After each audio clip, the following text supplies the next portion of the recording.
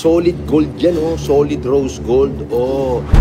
Hindi yan Bolex, Rolex, tanga. Pag ako nagsalita ng English, maliwanag at mamamangha ka. Yung gawa ng ako'y napuyat at tatlong biba mas yung binembang ko kagabi. Hi everyone!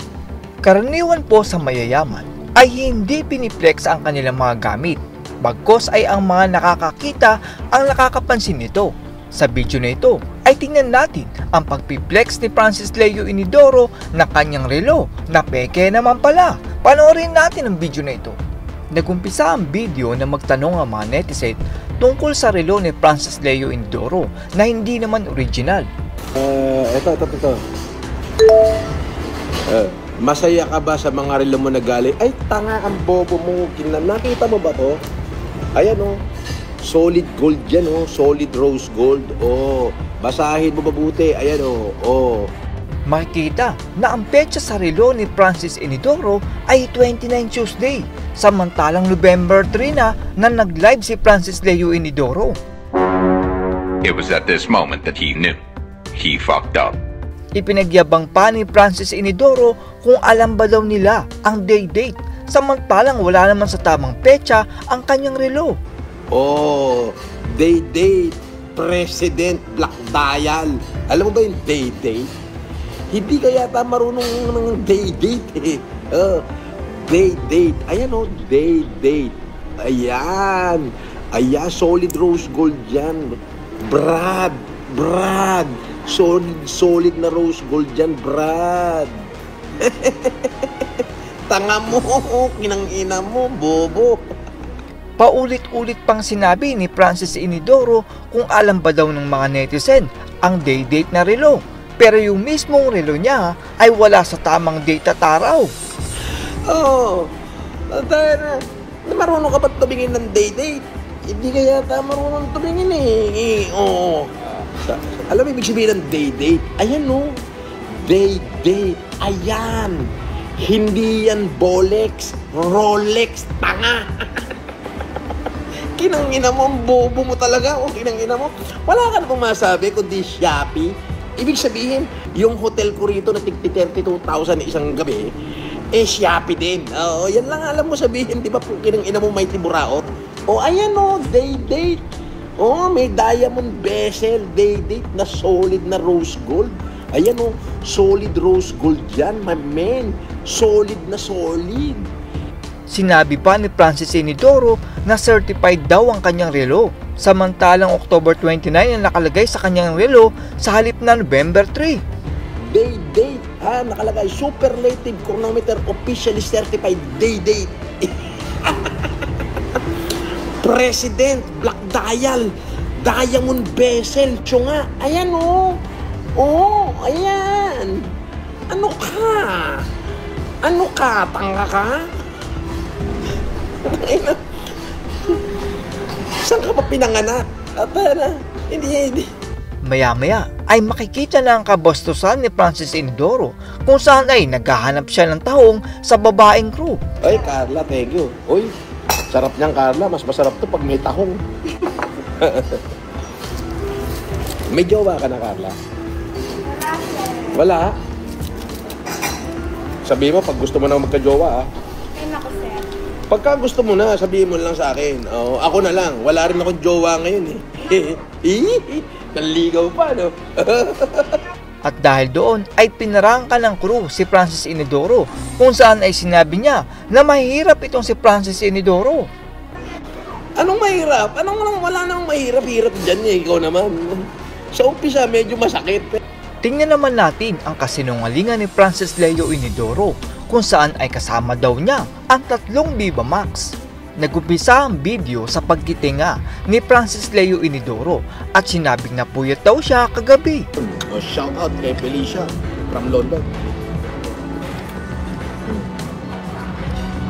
O yung mga basher, kayo ba'y kumain na?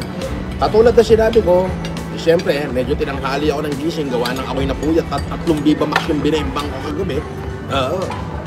Eto nga sila sa harapan ko, pero siyempre hindi ko pakikita at baka mamaya, basin nyo. Oo. Masira yung karir. Oo. Pinagmumura naman ng netizen si Francis Leo Inidoro, pero pinagyabang ni Francis Inidoro ang Viva Max na kanyang nakasama. Kami yung bachelor ko, aga-aga nagmumura kasi. Ba't ka na? Ba't ba? Siguro gutom to, no? Ikaw ba'y nakabembang ka ba ng Viva Max kagabi? At mura ka ng mura? Baka naman portikol lang ang ginawa mo, ha? Hindi mo matanggap na kahit magpatiwakal ka, hindi mo kaya yung isang FLM. Hindi ka libre. Ipinakita naman ang kamay ng Viva Max Kuno, pero halatang gawa-gawa lang ang istorya ni Francis Leo Inidoro. May hawig ko. Dali, ha? Dadaplisan lang natin. Gilid na gilid lang. Gilid na gilid lang. Hindi aabutin yung face. Hindi aabutin. Gilid na... Ayo, kumakaway na. Kita mo, ang kinis. Kamay lang. Wag mo pakita yung mukha mo. Baka mamaya. Kamay lang. Ganun mo lang yung kamay mo. Yeah. O, pakita natin yung kamay. Iyo, no? Ohoy. Ang ganda. Sikat man naman yan. Baka mamaya, basin nyo kasi. Kaya, surprise! Tingnan naman natin ang sipon ni Francis Inidoro na hindi gumagaling at ang tip daw ni Francis Inidoro na 15,000 pesos. Nagkumpisa ang video sa pagkapiko ni Francis Inidoro at sinabing 15,000 ang kanyang ibinibigay na tip doon sa restaurant. Inggit ka? Tanga! Pag ako nag-tip dito, may 5,000, 10,000. Minsan nag-tip pa ako ng 15,000, bobo. Inggit ka kasi ikaw hampas lupang patay gutom ka. Diba? Patay gutom. Kumain ka na ba? Hindi pa. Comment ka ng comment ng negative dyan. Yan sikmura mo, mahapdi na, tanga, o kinam. Ito, may sobra ako. Gusto mo kainin?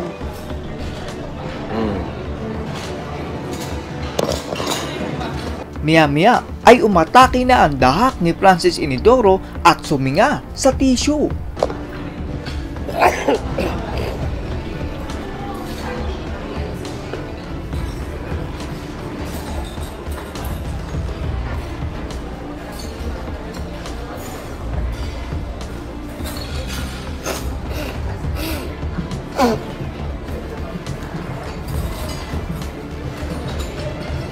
Dito naman ay sinabi ni Francis Leo Inidoro sa kanyang mga taga-suporta na mamamangha daw sila pag nag-English daw itong si Francis Inidoro.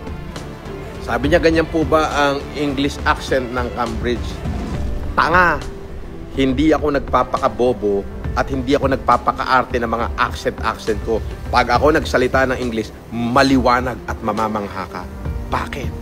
Puro mga highfalutin word ang ginagamit ko. Tanga, bobo ka lang. Puro mga highfalutin word ang ginagamit ko. Tanga, bobo ka lang. Hindi mo lang kasi maintindihan kasi nga wala kang utak. Kinangina mo. Isa ka pa. Nakita natin ang pagpapanggap at kalokohan itong si Francis Leo Inidoro. Sa totoo lang po ay nagpapasalamat ako sa katatawanan na ibinibigay nitong si Francis Inidoro. Naging malungkot po kasi ang mga nagdaang buwan at taon sa akin at ngayon lang po talaga ako natawa ng sobra dito kay Francis Inidoro. Ganun pa man ay hindi po tama ang panloloko sa kapwa Pilipino. Basta wag lang po kayong magbibigay ng donation sa taong ito dahil kung magkaganon ay paniguradong may sira na kayo sa ulo. That's all everyone. Salamat sa inyong panonood. This is Chuck and you're watching Biker Journey.